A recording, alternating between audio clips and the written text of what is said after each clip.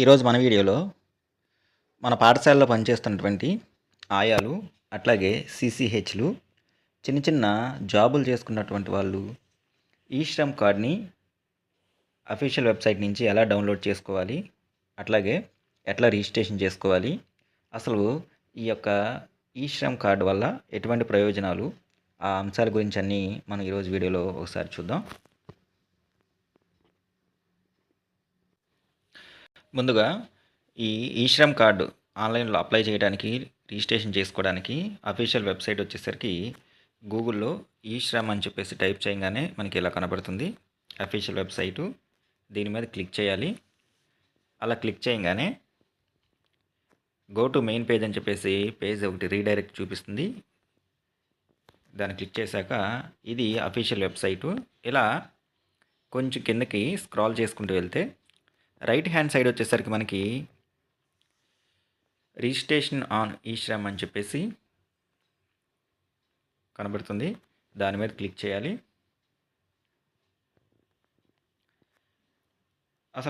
ముఖ్యంగా ముందు ఈశ్రమ్ కార్డ్ అనేది దేని పర్పస్ కోసం అంటే 16 నుంచి 59 సంవత్సరాల లోపు ఉన్నటువంటి చిన్న చిన్న పనులు చేసుకున్నటువంటి ఎంప్లాయీసు, అట్లాగే స్కూల్లో ఆయాలుగాను సీసీహెచ్లుగా పనిచేస్తున్న వాళ్ళు ఈ ఈశ్రమ్ కార్డుకి అప్లై చేసుకోవచ్చు.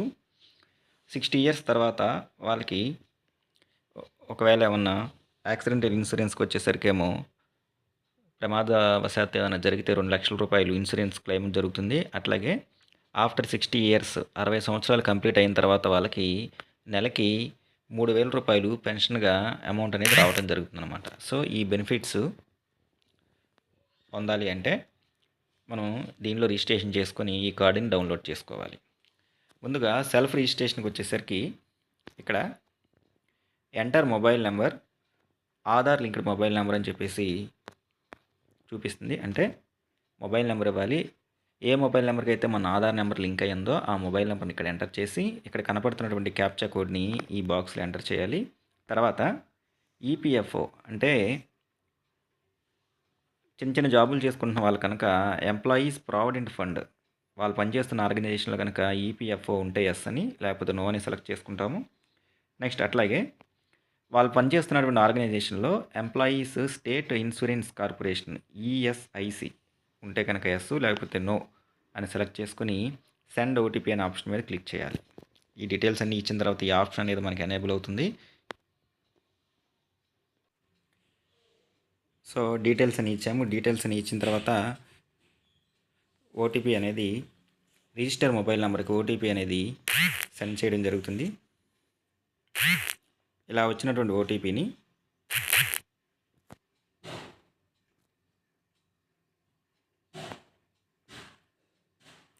ఇక్కడ మనం ఎంటర్ చేయాలి. నెక్స్ట్ తర్వాత మళ్ళీ మనకి ఇక్కడ ఇంకొక క్యాప్చా కోడ్ కనపడుతుంది.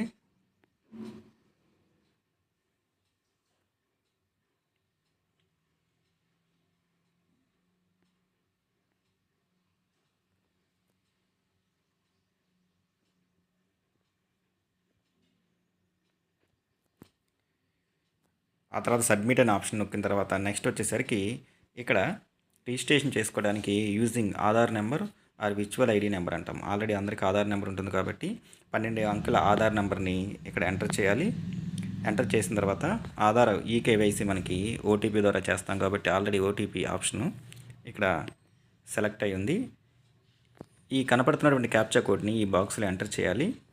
ఎంటర్ చేసి నెక్స్ట్ తర్వాత ఇక్కడ చెక్ బాక్స్లో టర్మ్స్ అండ్ కండిషన్స్ని మనం యాక్సెప్ట్ చేస్తూ చెక్ బాక్స్లో టిక్ మార్క్ చేయాలి. డేటా మొత్తాన్ని ఎంటర్ చేసిన తర్వాత ఈ సబ్మిట్ అనే ఆప్షన్ మీద మనం ప్రెస్ చేయాలి. ప్రెస్ చేసిన తర్వాత ఆధార్ నెంబర్కి లింక్ అయినటువంటి మొబైల్ నెంబర్కి ఓటీపీ రావడం జరుగుతుంది. ఆ ఓటీపీని ఇక్కడ ఎంటర్ చేసి మళ్ళీ మనకి ఇక్కడ క్యాప్చా కోడ్ కనబడుతుంది. ఈ క్యాప్చా కోడ్ని ఈ బాక్స్లో ఎంటర్ చేసి ఈ వచ్చిన ఓటీపీని వ్యాలిడేట్ చేయాలి. వ్యాలిడేట్కి మనకి ఇక్కడ టైం కూడా కనబడుతుంది. వ్యాలిడేట్ మీద నొక్కగానే మన యొక్క నేము, డేట్ ఆఫ్ బర్త్, జెండరు ఇక్కడ డిస్ప్లే అవుతాయి. పక్కనే continue to enter other details అని చెప్పేసి ఇక్కడ ఆప్షన్ ఉంది మనకి. దాని మీద ప్రెస్ చేయాలి. ప్రెస్ చేసిన తర్వాత ఇక్కడ ఆల్రెడీ మనం ఎంటర్ చేసిన మొబైల్ నెంబరు వస్తుంది. ఇంకా అదర్ కాకుండా ఆల్టర్నేటివ్ ఎమర్జెన్సీ మొబైల్ నెంబర్ ఏమైనా ఇవ్వాల్సి వస్తే ఇవ్వచ్చు. నెక్స్ట్ తర్వాత ఈమెయిల్ వచ్చేసరికి అది ఆప్షనల్. మ్యారిటల్ స్టేటస్ మ్యారీడా అన్మ్యారీడ్ అనేది ఎంటర్ చేయాల్సి ఉంటుంది. తర్వాత మదర్ నేమ్ ఎంటర్ చేయాలి. సోషల్ కేటగిరీ అంటే క్యాస్ట్ని ఇక్కడ ఎంటర్ చేయాల్సి ఉంటుంది. తర్వాత వచ్చేసరికి బ్లడ్ గ్రూప్ని ఎంటర్ చేయాలి. డిఫరెంట్లీ ఏబుల్డ్ ఒకవేళ ఎవరైనా సరే పిహెచ్ వాళ్ళు కనుక అయ్యి ఉంటే ఎస్ అయితే ఎస్ సెలెక్ట్ చేసుకుంటాము. ఎస్ సెలెక్ట్ చేసుకుంటే డిజేబిలిటీలో టైప్స్ ఆఫ్ డిజేబిలిటీస్ ఓపెన్ అవుతాయి. వీటిలో వాళ్ళకి సూటబుల్ అయినటువంటి డిజేబిలిటీని మనం చూస్ చేసుకుంటాము. లేకపోతే నో సెలెక్ట్ చేసుకుంటాము. తర్వాత నామినీ డీటెయిల్స్.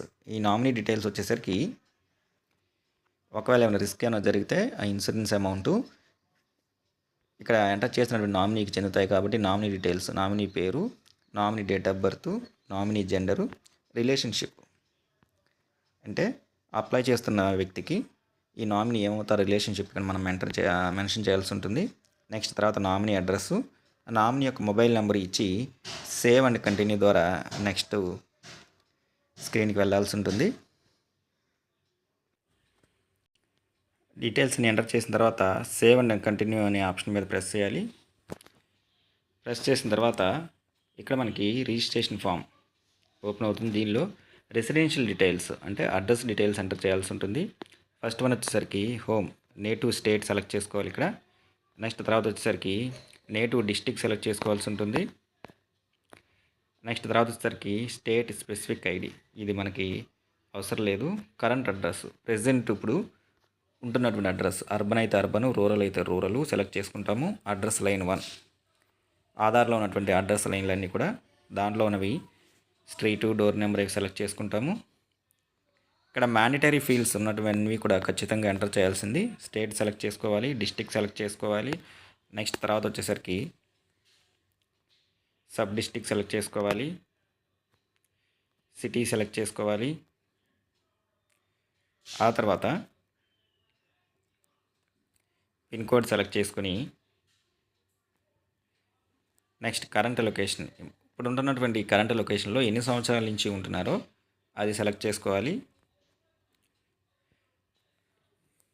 నెక్స్ట్ తర్వాత వచ్చేసరికి పర్మనెంట్ అడ్రస్, పైన రెసిడెన్షియల్ అడ్రస్, పర్మనెంట్ అడ్రస్ రెండో ఒకటే అయితే సేమ్ అవే మళ్ళీ అర్బను ఇందాక ఏవైతే టైప్ చేసామో అవన్నీ కూడా టైప్ చేసి సేవ్ అండ్ కంటిన్యూ ద్వారా నెక్స్ట్ పేజ్కి వెళ్ళాల్సి ఉంటుంది. నెక్స్ట్ సెకండ్ వన్ వచ్చేసరికి ఎడ్యుకేషనల్ క్వాలిఫికేషన్స్లో ఎదుర్కొంటే ఇక్కడ అసలు ఏం చదువుకున్న వాళ్ళు అయితే not literate without formal schooling అయితే అది, బిలో ప్రైమరీ వాళ్ళు అయితే ప్రైమరీ వాళ్ళు అయితే primary, middle, secondary, higher secondary, ఇట్లా కన్సర్న్ పర్సన్ యొక్క ఎడ్యుకేషన్ క్వాలిఫికేషన్ సెలెక్ట్ చేసుకోవాలి. ఏమీ చదువుకోకపోయినా పర్లేదు, ఇలిటరేట్ పెట్టచ్చు. ఎడ్యుకేషన్ సర్టిఫికేట్కి ఖచ్చితంగా మ్యాండటరీ ఫీల్డ్ మనకి ఏం పెట్టలేదు కాబట్టి అప్లోడ్ చేయకపోయినా పర్వాలేదు. మంత్లీ ఇన్కమ్ స్లాబ్ అంటే పర్ మంత్ వాళ్ళు వర్క్ చేస్తున్నటువంటి ఇప్పుడు ఈ జాబ్లో ఎంత అయితే గెయిన్ చేస్తున్నారో ఆ శాలరీ రేంజ్ని ఇక్కడ సెలెక్ట్ చేసుకోవాలి. ఇన్కమ్ సర్టిఫికేట్ కూడా ఖచ్చితంగా మనం అప్లోడ్ చేయాలని ఏమీ లేదు. ఈ ఎంటర్ చేసి సేవ్ అండ్ కంటిన్యూ ద్వారా నెక్స్ట్ పేజ్కి వెళ్ళాలి. నెక్స్ట్ పేజ్ వచ్చేసరికి ఆక్యుపేషన్ అండ్ స్కిల్స్, ప్రజెంట్ చేస్తున్నటువంటి జాబ్కు సంబంధించి ఆక్యుపేషన్స్. ఇక్కడ మనకి కొన్ని ఉబరు, ఓలా, జొమాటో ఇట్లాంటి వాటిలో కనుక పనిచేస్తున్న వాళ్ళు ఎవరైనా అయితే ఎస్ సెలెక్ట్ చేసుకోవాలి, లేకపోతే నో, ఆల్రెడీ డిఫాల్ట్గా సెలెక్ట్ అయ్యి ఉంది. ప్రైమరీ ఆక్యుపేషన్, ఇప్పుడు వాళ్ళు చేస్తున్నటువంటి ఆక్యుపేషన్కి సంబంధించి ప్రైమరీ ఆక్యుపేషన్ సెలెక్ట్ చేసుకోవాలి. సెలెక్ట్ చేసుకోవడం కోసము మనకి ఆ కోడ్స్ ఉన్నటువంటి లిస్ట్ కూడా ఇక్కడ ఇచ్చారు. దీని మీద క్లిక్ చేస్తే ఆ లిస్ట్ ఓపెన్ అవుతుంది.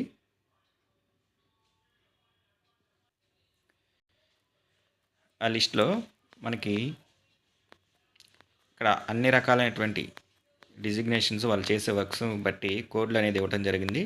వీటిలో కన్సర్న్డ్ పర్సన్ ఏదైతే చేస్తున్నారో దాన్ని ఆ కోడ్ని మనం అక్కడ ఎంటర్ చేయాల్సి ఉంటుంది. కాబట్టి జాగ్రత్తగా చెక్ చేసుకొని అక్కడ ఎంటర్ చేయొచ్చు. లేదా టైప్ చేస్తున్నా సరే దానికి సంబంధించినటువంటి కోడ్ అనేది అక్కడ డిస్ప్లే అవుతుంది. అలా అయినా సరే మనం ఈ కోడ్లు మనం అక్కడ ఎంటర్ చేయొచ్చు. అది ఎంటర్ చేసిన తర్వాత నెక్స్ట్ వన్ వచ్చేసరికి ఆక్యుపేషన్, ఎన్ని సంవత్సరాల నుంచి కన్సర్న్డ్ జాబ్ చేస్తున్నామో అది ఎక్స్పీరియన్స్ సెలెక్ట్ చేసుకోవాలి. సెకండరీ ఆక్యుపేషన్ కనుక ఏమైనా ఉంటే కనుక దాన్ని ఇక్కడ మనం టైప్ చేసుకోవచ్చు. ఆక్యుపేషన్ సర్టిఫికేటు మనకి మ్యాండేటరీ కాదు. ప్రజెంట్ చేస్తున్నటువంటి జాబ్కి సంబంధించి స్కిల్స్ అనేవి ఎలా అక్వైర్డ్ అంటే మీకు ఆ స్కిల్స్ ఎలా వచ్చాయి, అది ఫార్మల్, వొకేషనల్, టెక్నికల్ ట్రైనింగ్ ద్వారానా లేకపోతే ఎటువంటి ట్రైనింగ్ లేకుండానా అనేది సెలెక్ట్ చేసుకోవాలి. నెక్స్ట్ సబ్ స్కిల్స్ ఏమైనా ఉన్నాయా ఉంటే సెలెక్ట్ చేసుకుంటాం, లేకపోతే లీవ్ చేయొచ్చు. ఇంట్రెస్టెడ్ ఇన్ స్కిల్స్ అప్గ్రేడ్, ఈ స్కిల్స్లో అప్గ్రేడ్ చేసుకోవాలని చెప్పేసి ఏమైనా అనుకుంటున్నారా, లేకపోతే వీటిలన్నింటినీ కూడా వదిలేసి సేవ్ అండ్ కంటిన్యూ అనే ఆప్షన్ మీద ప్రెస్ చేస్తే ఫైనల్గా బ్యాంక్ అకౌంట్ డీటెయిల్స్ ఇవ్వాల్సి ఉంటుంది. ముందు బ్యాంక్ అకౌంట్ నెంబర్ ఎంటర్ చేయాలి. బ్యాంక్ అకౌంట్ నెంబర్ని మళ్ళీ కన్ఫర్మ్ చేయాలి. అకౌంట్ హోల్డర్ నేమ్ ఎంటర్ చేయాలి. బ్యాంక్ అకౌంట్ యొక్క ఐఎఫ్సి కోడ్ ఎంటర్ చేయాలి. బ్యాంక్ నేము, బ్రాంచ్ నేము ఈ రెండు ఎంటర్ చేసి సేవ్ అండ్ కంటిన్యూ అనే ఆప్షన్ మీద ప్రెస్ చేయాలి.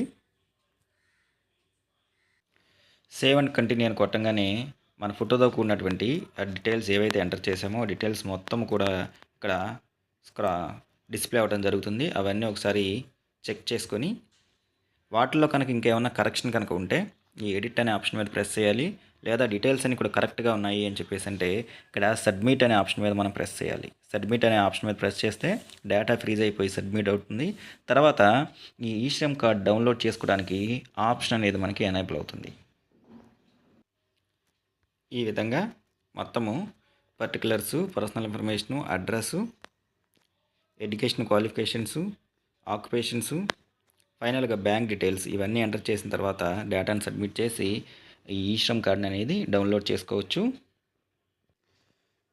మళ్ళీ ఎప్పుడైనా సరే మన డేటాను మనం చెక్ చేసుకోవాలంటే మళ్ళీ ఇక్కడికి వచ్చేసరికి సేమ్ ఇక్కడ రిజిస్ట్రేషన్ అని ఈశ్రమ్ ఆల్రెడీ రిజిస్టర్డ్ కదా, మనం ఈ లాగిన్ అనే ఆప్షన్ మీద ప్రెస్ చేయాలి. ఆల్రెడీ రిజిస్టర్ అయ్యాం కాబట్టి మళ్ళీ రిజిస్ట్రేషన్ చేసుకునే అవసరం లేదు. లాగిన్ డీటెయిల్స్తో mobile number, captcha code enter చేసి మొబైల్కి వచ్చిన ఓటీపీతో మనం లాగిన్ అయ్యి మన డీటెయిల్స్ అన్ని కూడా మనం చెక్ చేసుకోవచ్చు. ఈ విధంగా చిన్న చిన్న పనులు చేసేవాళ్ళు, అట్లాగే స్కూల్స్లో ఆయాలు, సీసీహెచ్లుగా ఉన్న వాళ్ళందరూ కూడా ఈ యొక్క ఈశ్రమ్ కార్డుని అప్లై చేసుకొని ఈ యొక్క సెంట్రల్ గవర్నమెంట్ ఆఫ్ ఇండియా వాళ్ళు అందజేస్తున్నటువంటి ఈ బెనిఫిట్స్ని పొందొచ్చు.